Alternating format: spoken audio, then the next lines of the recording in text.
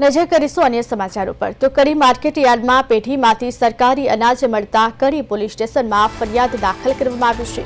18,460 કિલોથી વધુ ચોખા, 13,375 કિલો ઘઉંનો જથ્થો મળી આવ્યો છે।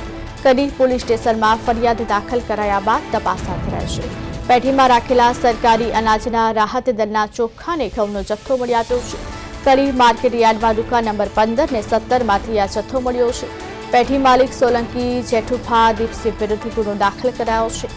આરોપીએ ગરીબોને વિતરણ કરવાના સરકારી અનાજનો જથ્થો રાખ્યો હતો અને તપાસ કરવામાં આવતા વિવિધ વાહનો સહિત 23 લાખથી વધુનો મુદ્દામાલ જપ્ત કરાયો છે। કડી માર્કેટ યાર્ડની પેઢીમાંથી સરકારી અનાજ ઝડપાયું છે। પેઢીમાંથી ઘઉં અને ચોખાનો જથ્થો મળી આવ્યો છે। તપાસ કરતા સમગ્ર જથ્થો મળી આવ્યો ત્યારે હવે વધુ તપાસ હાથ ધરાઈ છે। 18,000થી વધુ કિલો ચોખા ઝડપાયા છે, જ્યારે પોલીસે 23 લાખથી વધુનો મુદ્દામાલ જપ્ત કર્યો છે। મુદ્દામાલ જપ્ત કરી વધુ તપાસ હાથ ધરી છે। પેઢી માલિક સામે પણ ગુનો દાખલ થયો છે। વધુ વિગત સાથે અમારા સંવાદદાતા નિસર્ગ પટેલ જોડાઈ ગયા છે। જે નિસર્ગ, કડી માર્કેટ યાર્ડની પેઢીમાંથી સરકારી અનાજ ઝડપાયું છે, શું છે વધુ વિગત? ચોક્કસ કડી માર્કેટ યાર્ડમાંથી વધુ એકવાર શંકાસ્પદ જે સરકારી અનાજનો જથ્થો ઝડપાયો છે। 18,460 કિલોથી વધુ ચોખા અને 13,375 કિલો ઘઉંનો જથ્થો મળી આવ્યો છે। આ સમગ્ર મામલે અત્યારે હાલ તો કડી મામલતદાર માધવી પટેલ દ્વારા કડી પોલીસ સ્ટેશનમાં ફરિયાદ નોંધાઈ છે। જ્યાં ફરિયાદ અનુસાર પેઢીમાં જે રાખેલા હતા સરકારી અનાજના રાહત દરના ચોખા અને ઘઉંના કટ્ટા મળી આવ્યા છે।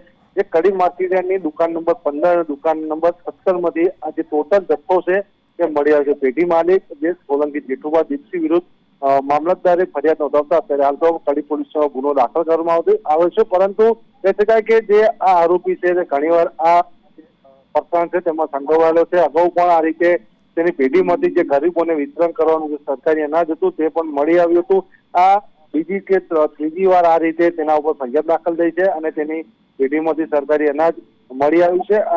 કડી પોલીસે જે મામલતદારે ફરિયાદ નોંધાવી તે અનુસાર તેમાં આઈસર ગાડી, ટેમ્પો, રિક્ષા અને વેગનર ગાડી સહિતનો કુલ રૂપિયા 23 લાખથી વધુનો કિંમતનો મુદ્દામાલનો પણ ઉલ્લેખ કરવામાં આવ્યો છે અને આરોપીએ સરકાર સાથે વિશ્વાસઘાત અને ઠગાઈ આચરી આ ગુનો કર્યો હોય તે મુજબની કડી મામલતદાર માધવી પટેલે અત્યારે હાલ તો ફરિયાદ નોંધાવી છે। કડી પોલીસ આ ફરિયાદ અનુસાર તપાસ કરી છે, પરંતુ કહી શકાય છે કે જે આ પેઢી માલિક છે સોલંકી જેઠુભા દીપસિંહ તે અગાઉ પણ આવા ગુનામાં સંડોવાયેલો છે અને આ બીજી વખત તેના ઉપર ફરિયાદ દાખલ થઈ છે। આના ઉપર કોઈ તાત્કાલિક પગલાં લેવામાં આવે જેથી જે ગરીબોના હકનું અનાજ છે તે ગરીબો સુધી પહોંચે, જે અનાજ માફિયા છે તેમની જે કાળાબજારી છે તે અટકી શકે। જી નિસર્ગ, સમગ્ર મામલો કેવી રીતે સામે આવ્યો? કોઈ દ્વારા જાણ કરવામાં આવી હતી કે પછી અચાનક ચેકિંગ હાથ ધરવામાં આવ્યું? ચોક્કસ ઘણા સમયથી આ જે કડી માર્કેટ યાર્ડમાં સોલંકી જેઠુભા દીપસિંહ આ પોતાની પેઢીની દુકાનમાં આ અનાજનો કારોબાર કરતો હોવાની માહિતી મળી હતી। તે અનુસાર જે કડી મામલતદાર છે માધવી પટેલ તેમણે ત્યાં રેડ કરી છે। રેડ દરમિયાન વિવિધ વાહનો હતા, જેમાં આઈસર ગાડી હતી, ટેમ્પો હતો, રિક્ષા અને વેગનર સહિતના જે સાધનોમાં જે જથ્થો હતો, જે સરકારી જે રાહત દરના જે ચોખા હતા અને ઘઉંના કટ્ટા મળી આવ્યા હતા। ત્યારબાદ મામલતદારે કડી પોલીસને જાણ કરી હતી। કડી પોલીસ ઘટના સ્થળે પહોંચી હતી અને મામલતદારની ફરિયાદ મુજબ કડી પોલીસે ગુનો નોંધીને જે વાહનો હતા તે પણ તેમણે જપ્ત કર્યા હતા। જે નિસર્ગ, સમગ્ર મામલો સામે આવ્યા બાદ બીજી કોઈ પેઢીમાં પણ ચેકિંગ હાથ ધરવામાં આવ્યું છે કે કેમ, તેને લઈને કોઈ માહિતી ખરી?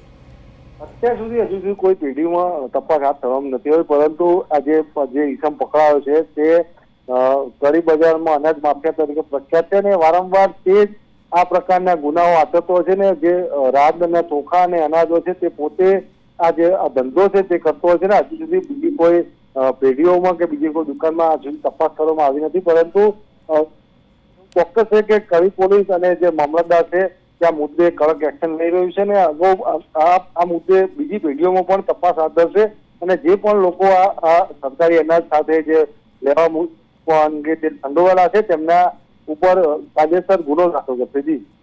જી નિસર્ગ, સમગ્ર માહિતી આપવા બદલ આપનો આભાર। ત્યારે સમગ્ર ઘટનાને લઈ ગુનો નોંધવામાં આવ્યો છે। ગુનો નોંધી વધુ તપાસ હાથ ધરી છે।